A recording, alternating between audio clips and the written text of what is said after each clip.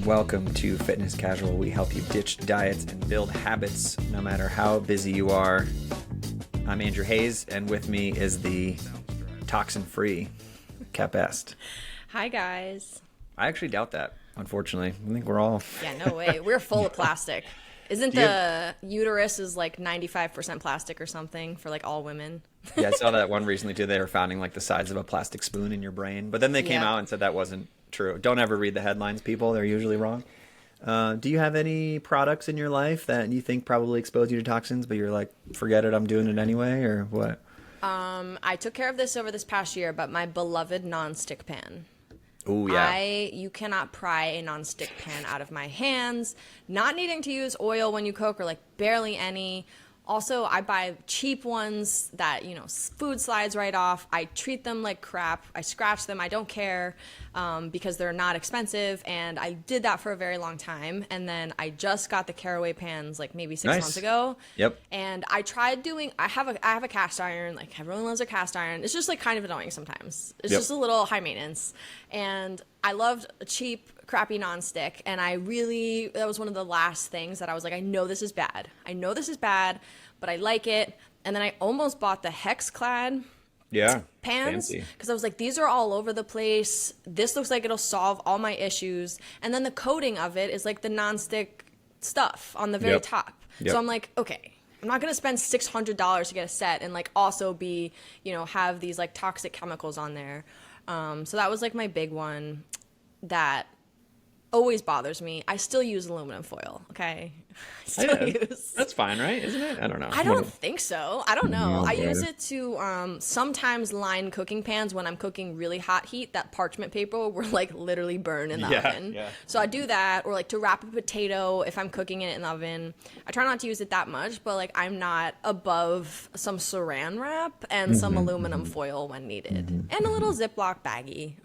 Yeah. Well, you got to get the stashers. You have the stashers? I do, but sometimes I just want ones that are, like easily disposable. I keep them in my freezer because then you have to buy a bunch of the stashers. But I do have some.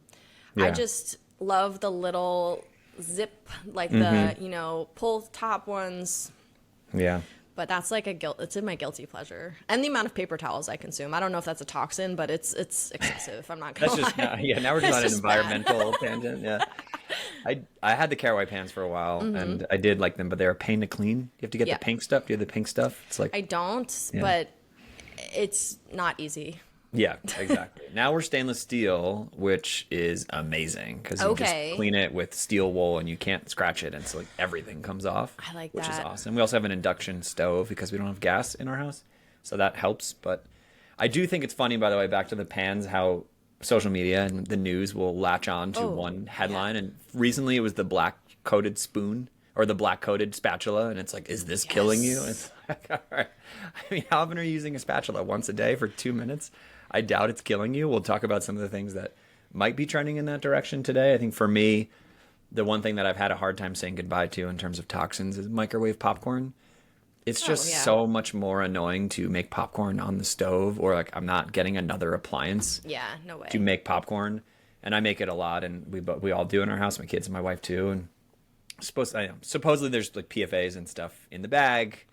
Sounds right to me, but there's also PFAs, you know, like in our soil, which is not great. So for me, popcorn is here to stay for a while, but we'll see. But anyway, we are going to talk about many of, you know, autoimmune is on the rise in lots of different ways. It's a very serious thing. And so we'll talk about some of what it really means, first of all, because it's a very blanket term for lots and lots of conditions.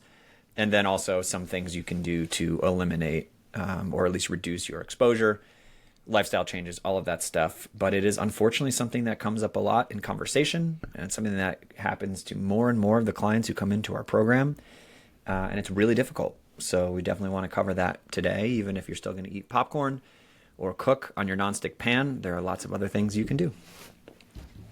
Exactly. So autoimmune conditions is a incredibly dense topic. So we're going to talk more high level to give you the basics. every autoimmune condition is so different from the next one, so it's really hard to be specific. But a lot of them also share common patterns of how they develop in the body and what to do about it. And I know a lot of people have heard the term autoimmune, but I think few people know what's actually happening. I was definitely aware of the concept before I really fully understood it. It actually took myself having an autoimmune condition, like formally, for me to be like, oh, let me really take a look here to understand what's going on, because it's a little confusing. So an autoimmune condition occurs when the immune system mistakenly attacks its own healthy cells. So instead of recognizing the body's tissues as the self, the immune system thinks it's a threat and will mount an immune response to that, which leads into inflammation, tissue damage, and a million other symptoms that could occur depending on what organ or organ system is being impacted. So just know that your body is mistakenly assuming its own cells or something within the body is an invader or an intruder and is trying to attack it. So your body is trying to do its best, it's just not quite getting the target correct. There are more than 80 different autoimmune conditions. There are so many. And there are a lot that people have actually heard of that maybe they don't know are autoimmune, like celiac disease. That's the example of one. Eczema also, over here. Had my whole life. Shout out to eczema. Yeah, psoriasis, Hashimoto's disease, type 1 diabetes, multiple sclerosis, rheumatoid arthritis, even lupus, and inflammatory bowel diseases. Those are some of maybe the most popular ones we've all heard of. For whatever reason, women are more disproportionately affected. So about 78% of autoimmune cases occur in women. I think there are some reasons for this. One could be like the invisible labor that women hold, where they just tend to have to do a lot more for the household or for their kids and just have a very heavy burden to be highly productive at all times, or are very high stressed, perfectionists, whatever. I think autoimmune diseases are very common in very high achieving women. I heard someone once say like type A is for autoimmune. I thought that was kind of funny because it heavily resonates with myself and everyone else I work with. Like most women I meet with autoimmune stuff are very high achieving, very high stress, but they're, also living pretty successful lives, but their health is kind of compromised, for them to achieve that. And most of them occur between ages 20 to 50, but it could, appear at any age. I think a lot of times it's like the back end of 20s to early 30s, maybe when lifestyle stress really starts to take a hit. Career stress can get much stronger. So I think that's why most people develop or find their autoimmune conditions maybe, in the 30s. Also, if they have money to start going to doctors to investigate, I do think that's a huge component. Unfortunately, like it can be pretty hard to actually get a diagnosis here. Yep. And if you have one autoimmune condition, you are at a higher risk for having more. A lot of people will have multiple, very common if someone has celiac disease that they could have something else, or if they have Hashimoto's, they also might have another one. That's very common. So, not saying if you have one, you have more, but not unlikely, or if you just have other ailments because you have an autoimmune disease. That does make diagnosis harder because the symptoms can appear to be like a lot of other things, or your regular old hormonal imbalance, that's what it could look like, but it's actually not. And that's part of like why these are so highly complicated. So then we go, what's causing these autoimmune conditions?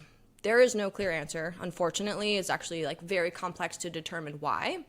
Genetics obviously plays a huge role. So if you have a family history, that's good to be aware of. I know, especially in like the Hashimoto's or a thyroid department, that can be heavily, within the family line. But just because your family has it doesn't mean you'll have it, but you might be more likely to if lifestyle is off, or if there's really high stress, or if something just pulls the trigger to make your body start attacking itself. That could be, genetics at play, but it's usually lifestyle that's kind of like making it, actually happen in action. Another cause could be leaky gut, like intestinal permeability. That can highly impact your immune function. If you have a leaky gut, your body is assuming that most things you eat are pathogens or they're invaders to fight off.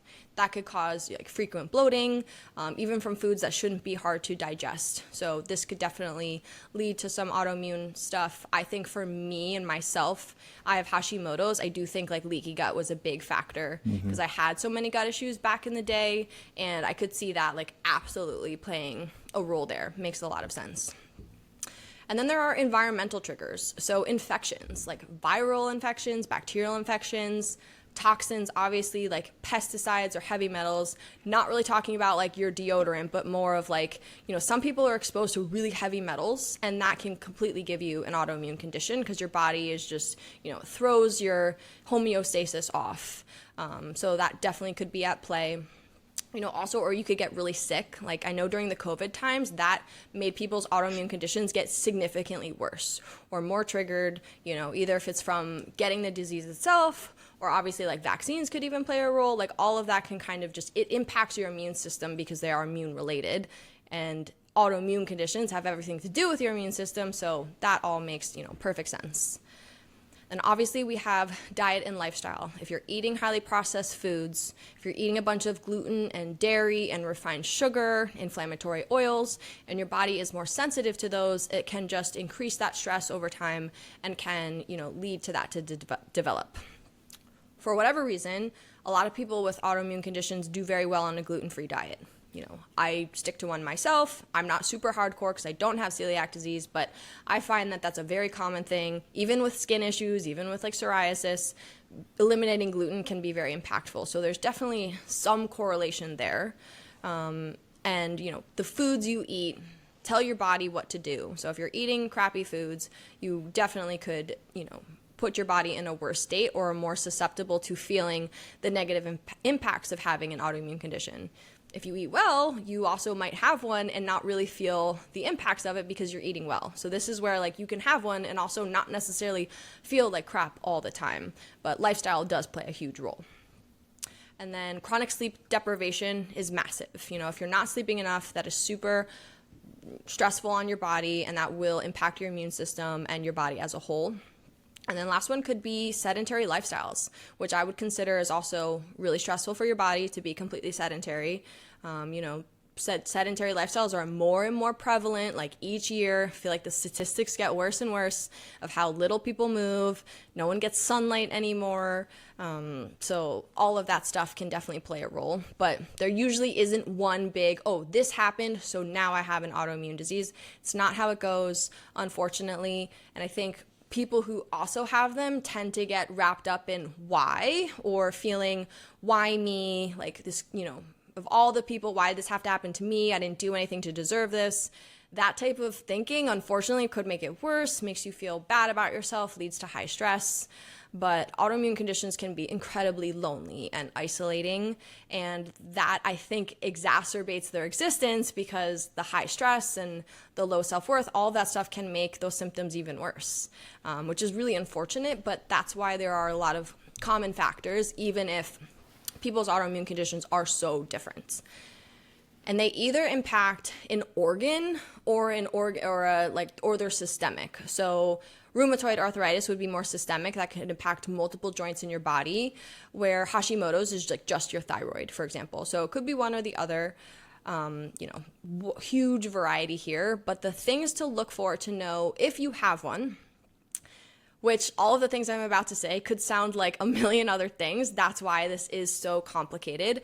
But typically people have multiple symptoms. It's not just one thing, they have multiple, and it's chronic, long-term, and it's not really getting resolved through simple things. Or it gets worse year after year. And these people tend to also feel quite desperate to find solutions. But common things you'll feel could be fatigue and brain fog, chronic pain and stiffness, digestive issues, all sorts of them, from bloating, constipation, IBS-like symptoms, skin conditions, of course, like eczema or psoriasis, unexplained weight loss or gain. This could be a big indicator, especially if you didn't change anything about your eating habits and you're gaining weight rapidly or you're losing weight, definitely a sign of something autoimmune going on. Hormonal imbalances, of course, if your hormones are off, that could be a sign of something's causing the imbalance. Whereas a lot of people go like, okay, I have an imbalance, what do I do about it? But like, what's causing that? That could be something deeper. And then all the mental stuff, anxiety, depression, mood swings, totally could be wrapped up in having autoimmune conditions. So I would say common ones I see with our clients would be the fatigue and the brain fog, like really intense fatigue. Joint stiffness is a big one for me. If I go really hard, like in a workout or I'm highly stressing my body, I kind of get this like swollen feeling to my body and a stiffness. And it's like a pain that's not soreness or it's not an injury, but it's just like this overall like bad feeling of definitely like a lot of water retention. But that's how I know I like pushed my body too hard, because it's just an abnormal response. And the joint pain is definitely something I used to have a lot more of when I ate more gluten. And I noticed when I just removed that stiffness did feel a lot better. And then how about you for your skin conditions? Anything of note? Yeah, I think the interesting thing for me, so I have eczema, and then there's also, we'll list a bunch of other ones, but there's like these category of maybe honorable mentions that are not at the moment classified as autoimmune, but exhibit autoimmune-like symptoms and might one day be considered autoimmune. Endometriosis falls in that camp. Restless leg is another one that they think is linked to autoimmune, and so I have restless leg as well. And I think what's interesting for me, Kat, is generally speaking, working on my diet and lifestyle, just like all of the things I've changed over the last 4 years working with you has made all of my symptoms go away. And I'm on the subreddit for restless leg because it's a really big problem for people. And again, it's like very lonely. People make fun of you for that one. That's a big one. My brother has celiac. So he gets made fun of a lot. It's hard, And so like there's subcultures of people, and everyone's always like, how did you fix it? And I'm like, I honestly can't point to one specific thing, and maybe there isn't one specific thing, but I also just don't care because I just feel better.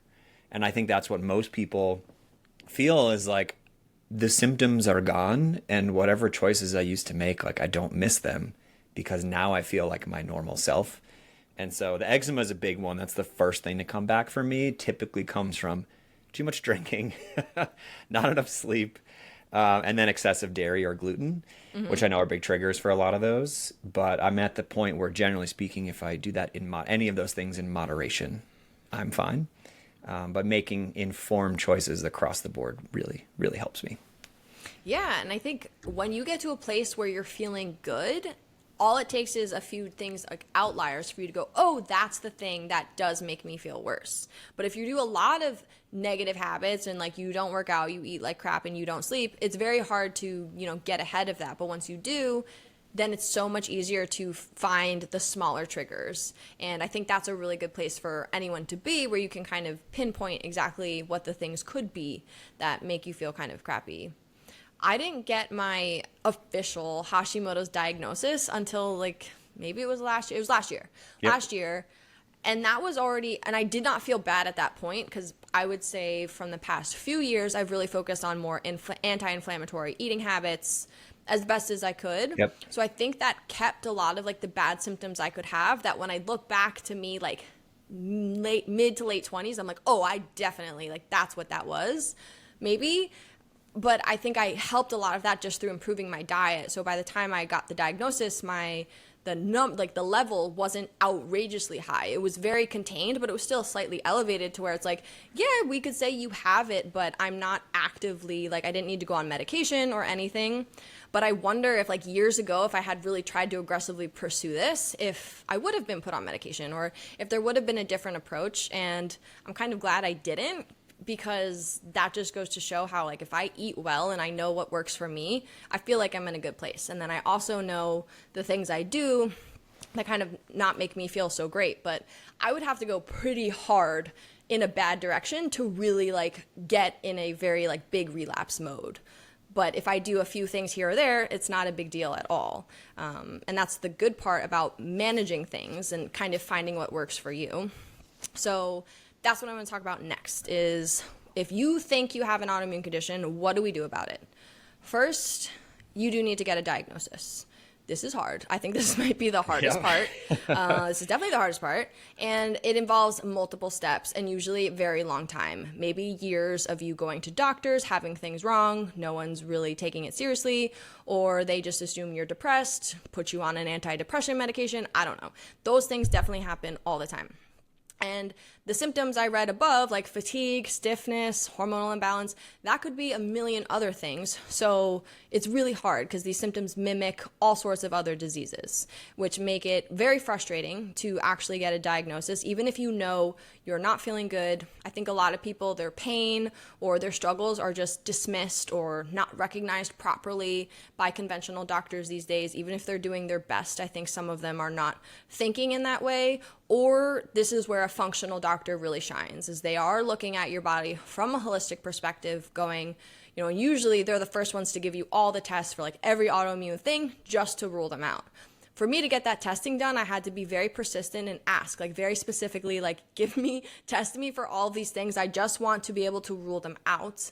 But I had to like specifically ask my primary care doctor for that. And then I was sent to an endocrinologist, and then, you go down the line, you wait a year till you finally see the doctor, you finally get the labs, and then you get the diagnosis. And it's unfortunate that it really has to take that much time for people. And that's just how it is. But you do need to get a blood test, usually, to see the biomarkers, to see what's elevated. I think that's like the best path to knowing if you have one or not. There's no single test for all autoimmune diseases, but there are individual ones for, or markers that indicate each different one. CRP is a really good one to just indicate overall inflammation. If your labs for everything else look good, but you have really high CRP and inflammation, could be something going on. Maybe they can't pinpoint exactly what, but clearly something's happening. If you wanted to get a diagnosis for Hashimoto's, you can test your thyroid antibodies, which are never part of routine blood work, but if you ask for it, you might be able to get them done. Same with like rheumatoid arthritis, you can test for rheumatoid factor. Like everything typically has some blood test that's correlated to it. So that would be the best approach, I think, to getting a clear diagnosis. But sometimes you have to see a specialist in order to do this, like an endocrinologist, a rheumatologist, even a neurologist, which is hard because it does create more barriers. But I do think if you don't want to go down that route, you would have to probably pay out of pocket. But if you go to a functional medicine doctor, maybe you could get answers much quicker than you would if you went down the traditional route.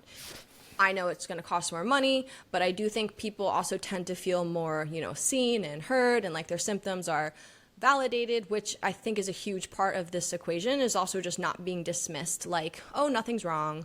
If you have a functional doctor who like really cares about your body as a whole, you might get all sorts of insights, and then they'll also usually work with you on an approach of how to handle it. That's not necessarily just a medication. Sure, medication could be something that needs to take, or you need to take some to get your symptoms managed to then come off of it. I don't know. Everyone is so different, but that could definitely happen. And one thing I would really recommend everyone do is keep a log of symptoms and timelines.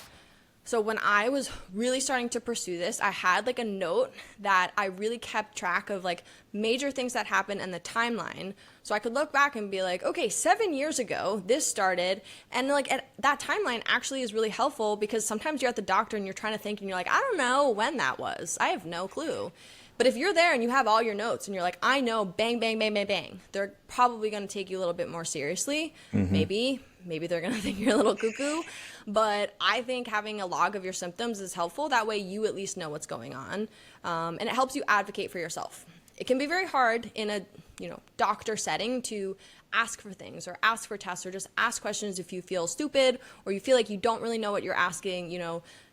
Some doctors might not make you feel so good about your questions, and some make you feel really good about your questions. But I think if you have like a log of symptoms and things you may think are not quite right, that can help you remember things to bring up in the appointments as well. I, always try to look at my notes prior to speaking to a doctor, but sometimes I'll pull them up and I'm like, oh yeah, I wanted to ask you about this. Same. Yeah. It's a lot better than leaving and being like, shit, I didn't ask. So like just pull up your phone and like, they'll also know you're taking it pretty seriously, which I think kind of helps. Yep. I would encourage you to message us. You can do it on Instagram before your appointment if you have some of these ailments, and also maybe after. Again, if you have a functional doctor, a lot of them also partner with nutritionists or coaches or dietitians to help with the implementation too, but you might have a lot of questions after also. You don't necessarily need to jump into hormone replacement therapy based on, how your hormones come back and stuff. It's always great to try lifestyle stuff first if you can.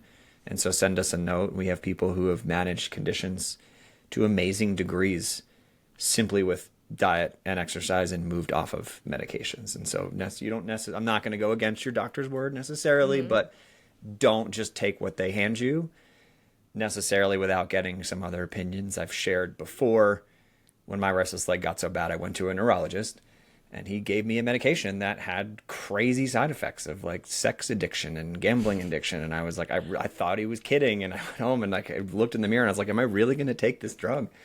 I ended up managing all the symptoms myself, like I mentioned. And so just, the doctor is going to be great for diagnosis, hopefully, especially a functional medicine doctor, but get a few opinions, try some lifestyle stuff if you can. It will just, as Kat already outlined, be a little bit of a journey for you, and sorry. But just stick with it, advocate for yourself, and we are here to help along that journey as much as we can, because we've coached many people on it, and we've also been through our own.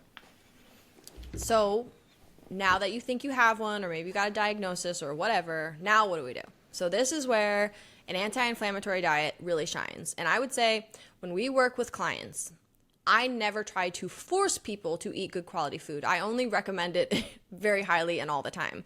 If someone has autoimmune, that's where I'm like, you kind of have no choice. If we want to manage this, I'm sorry. It just is how it is. Like, this is the best thing to do for yourself if you truly want to feel better. If you want to marginally feel better or like make better habits, maybe we don't need to go so hard here, but I do think if you wanted to like aggressively try to feel better quickly, a like actual anti-inflammatory diet is really beneficial. There's also a diet, it's called like autoimmune paleo, I think. That one I would say it's called like AIP. It just is like all of the things you should eliminate. So I think that's not a bad resource to look for at what that diet includes, because it just eliminates most of the things that I'm not going to say like item by item, but it can feel highly restrictive. And the point is that you don't do it forever. You just do it until you feel better for a long time. And then you start introducing things back in, kind of playing around. But you should be eating a bunch of whole nutrient dense foods. You should probably be doing some sort of elimination diet of maybe gluten or dairy, highly processed foods, refined sugars.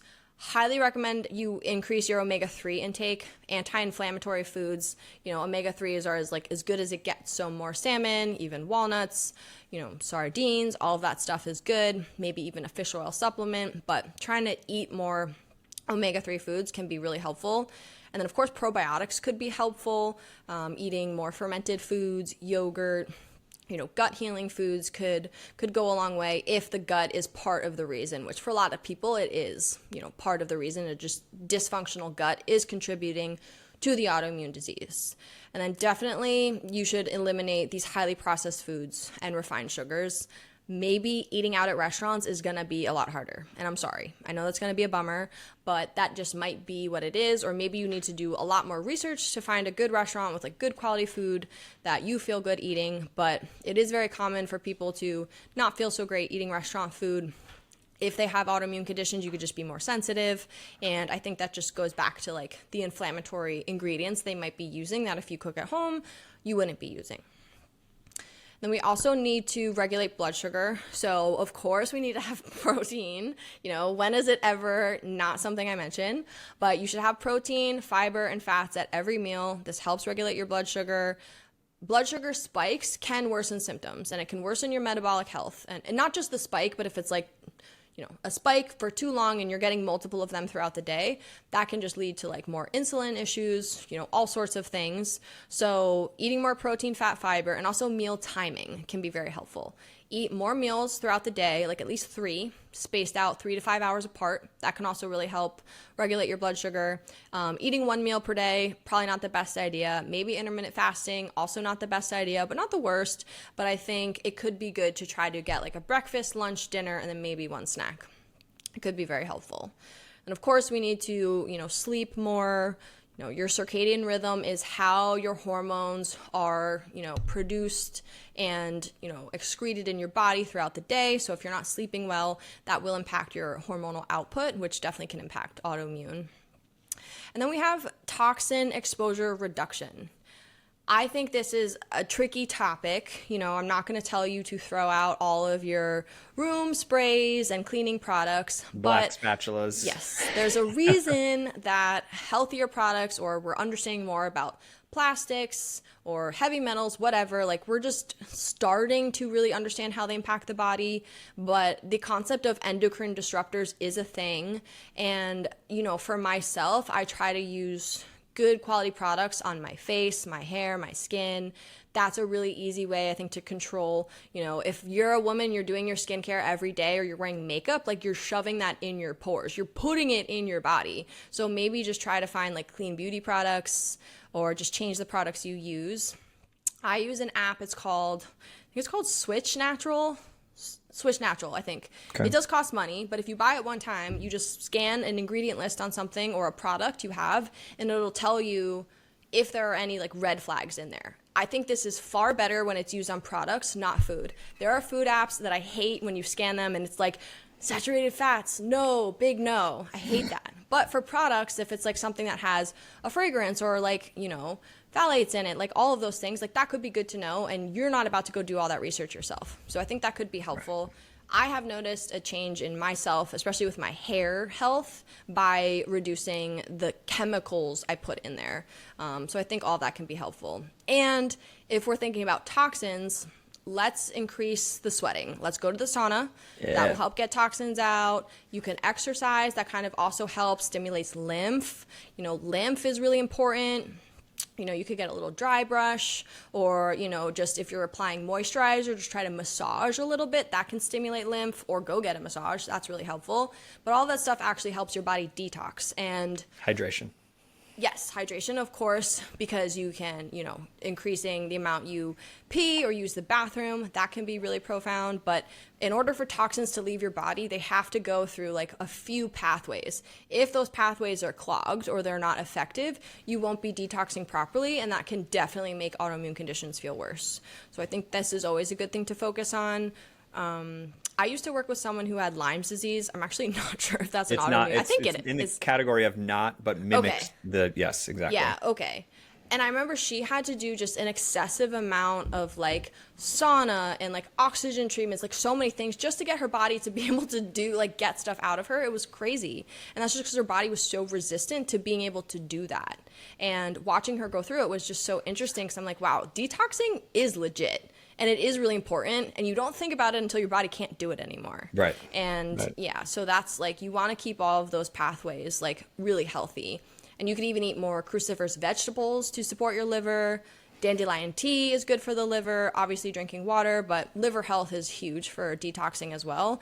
And just the more veggies and fruits and even herbs you eat all help your liver. So all of that stuff can be, you know, pretty helpful. Of course, supplementation could play a role in managing, you know, probably you have some sort of deficiency somewhere. So even vitamin D, magnesium, maybe zinc, you know, that could go a long way. If you're curious about specific things, that's definitely a good reason to message us about like, oh, I have this, what supplements could, you know, make sense for me. I definitely am not a big fan of just Googling and buying a bunch of supplements, but if you do a good amount of research, you could, you know, it could be pretty safe. You just need to make sure you understand what you're taking and dosage and whatever. And, you know, if you want to consult with me, please reach out. Would love to talk to you about it. And then, of course, medications would be prescribed by a doctor. I'm not anti-medication, but I think we just should have a plan. And I think one thing a lot of people don't think about is, when or how could I come off of it? Sure, I'm going to be on this thyroid medication. What state do I need to be in to know that's time for me to come off of it? I think those are questions people don't ask and they don't know the answer to, and they think they need to take something for the rest of their life. Maybe you do, maybe you don't. And you definitely won't be in a state to come off of it if you're not actively trying to.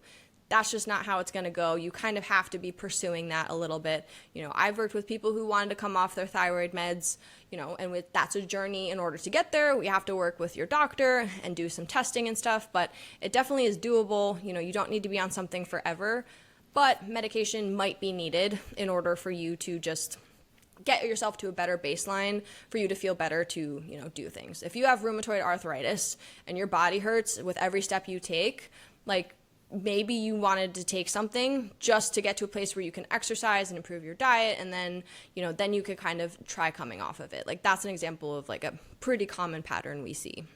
But you have to also be heavily aware of your symptoms. You have to know your body, you have to listen to your body, you have to care and really try to pay attention. You cannot ignore your symptoms. You cannot pretend it's not happening or just be like, yeah, one day I'll get to taking care of this. Autoimmune conditions don't disappear. It could only get worse over time. And a lot of people wait until it's way far in the game. I don't want to say it's too late, because I don't think it's ever too late, but you could wait until it's really far down the road, and then it's just much harder to heal when you could have just addressed something years ago and maybe been in a better place.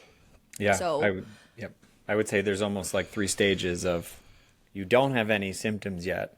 You have symptoms, but you're not sure, or you're formally diagnosed. And I'd say if you're on the earliest part of the spectrum of you don't have any symptoms yet, you still might as well implement some of these changes, because statistically it's very likely it continues to increase. You don't want to be that person. I ran into someone at a bar last weekend who pulled me aside while I was ordering a drink when she found out that I have a nutrition coaching business that specializes in autoimmune, and talked to me for 45 minutes.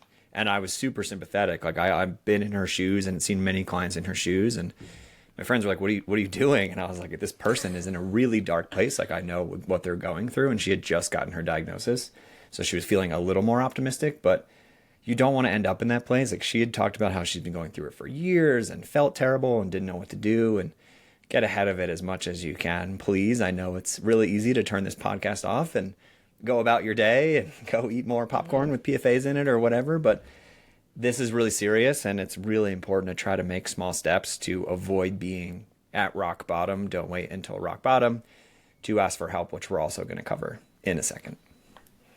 Yeah, I think the last thing, which could be very make or break for your autoimmune condition, is working with a professional who cares, who is like very understanding of your situation. And this could be a coach, this could be a functional medicine doctor, could be me, but you want someone who will listen to you, will understand, will meet you where you're at, and is not just interested in a quick fix or just wants to get you on a quick medication and tells you like, get out of here, come back in 6 months. Like, you want to work with someone who is very encouraging.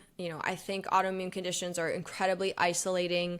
They're discouraging because you also feel like there's no end in sight. You're like, I don't see how this ends, because you don't really know how it started, and there's no clear, like, it's not like you get a boo-boo and then it heals and scabs up and goes away. Like, this can be very hard, and it is probably lifelong management.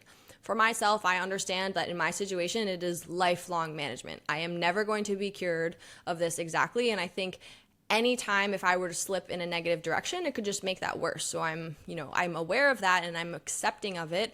And I think like that is a part that a lot of people maybe don't do, is actually like accept that this is something they have to deal with for the rest of their life. And if you work with a professional who is compassionate and understanding, they can also kind of help you come to terms with that or work on the mindset stuff around it. And you need a highly personalized approach. You just do. What works for that person is not necessarily going to work for you. You have to have someone taking a look at your diet and your lifestyle to find the things that you don't know are making it worse or contributing. Like, I think that is so important and can be really life-changing. And you don't need to work with someone for all that long to really see some incredible benefits.